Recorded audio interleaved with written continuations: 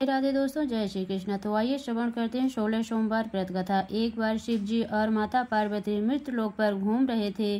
घूमते घूमते हुए उत्तर विदेश के अमरावती नामक नगर में आए। उस नगर में एक सुंदर शिव मंदिर था, इसीलिए महादेव जी और पार्वती जी के साथ वहां रहने लग गए। एक दिन बातों बातों में पार्वती जी ने शिव जी को 64 खेलने के लिए कहा। शिव जी राजी हो गए और 64 खेलने लग गए। उसी समय मंदिर का पुजारी दैनिक आरती के लिए आया। पार्वती ने पुजारी से पूछा, बताओ हम दोनों में से 64 खेलने में कौन जीतेगा। वो पुजारी भगवान शिव जी का भक्त था और उसके मुख से निकल गया कि महादेव ही जीतेंगे। सर का खेल खत्म होने पर पार्वती जीत गई और शिव जी हार गए। पार्वती जी ने क्रोधित होकर उस पुजारी को श्राप दिया कि तभी शिव जी ने उन्हें रोक लिया और कहा कि ये तो भाग्य का खेल है, उसकी कोई गलती नहीं है। फिर भी माता पार्वती ने उस कोढ़ी होने का श्राप दे दिया और उसे कोढ़ हो गया। काफी समय तक वे कोढ़ से पीड़ित रहा। एक दिन एक अप्सरा उस मंदिर से शिव जी की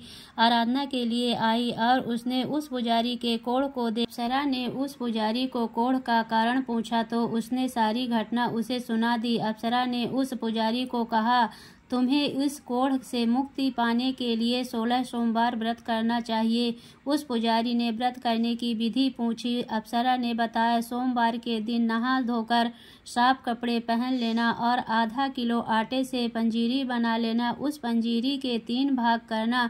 प्रदोष काल में भगवान शिव की आराधना करना। इस पंजीरी के 1/3 हिस्से को आरती में आने वाले लोगों को प्रसाद के रूप में देना। इस तरह 16 सोमवार तक यही विधि अपनाए रखना। 17वें सोमवार को 1/4 गेहूं के आटे से चूरमा बना देना और शिवजी को अर्पित कर लोगों में बांट देना। इसमें तुम्हारा कोढ़ दूर हो जाएगा। इस तरह 16 सोमवार व्रत करने से उसका कोढ़ दूर हो गया और वो खुशी खुशी रहने लगा। एक दिन शिव जी और माता पार्वती दोबारा उस मंदिर में लौटे और उस पुजारी को एकदम स्वस्थ देख पार्वती जी ने उस पुजारी से स्वस्थ लाभ होने का राज पूछा। उस पुजारी ने कहा, उसने 16 सोमवार व्रत किए जिससे उसका कोढ़ दूर हो गया। पार्वती जी इस व्रत के बारे में सुनकर बहुत प्रसन्न हुई। उन्होंने भी ये व्रत किया और इससे उनका पुत्र वापस घर लौट आया और आज्ञाकारी बन गया। कार्तिकेय ने अपनी माता से उनके मानसिक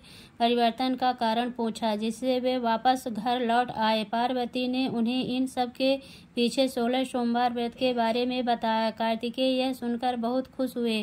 कार्तिकेय ने अपने दूर गए मित्र से मिलने के लिए उस व्रत को किया और 16 सोमवार होने पर उनका मित्र उनसे मिलने वापस लौट आया। उनके मित्र ने इस राज का कारण पूछा तो कार्तिकेय ने 16 सोमवार व्रत की महिमा बताई। यह सुनकर उस ब्राह्मण मित्र ने भी विवाह के लिए 16 सोमवार व्रत रखने के लिए विचार किया। एक दिन राजा अपनी पुत्री का विवाह की तैयारियां कर रहा था। कई राजकुमार राजा पुत्री से विवाह करने के लिए आए। राजा ने एक शर्त रखी, जिस भी व्यक्ति के गले में हाथनी वरमाला डालेगी उसके साथ ही उसकी पुत्री का विवाह होगा। वे ब्राह्मण भी वहीं था और भाग्य से उस हाथनी ने उस ब्राह्मण के गले में वरमाला डाल दी और शर्त के अनुसार राजा ने उस ब्राह्मण से अपनी पुत्री का विवाह कर दिया। एक दिन राजकुमारी ने ब्राह्मण से पूछा, आपने ऐसा क्या पुण्य किया जो हाथनी ने दूसरे सभी राजकुमारों को छोड़कर आपके गले में वरमाला डाली। उसने कहा, प्रिय, मैंने अपने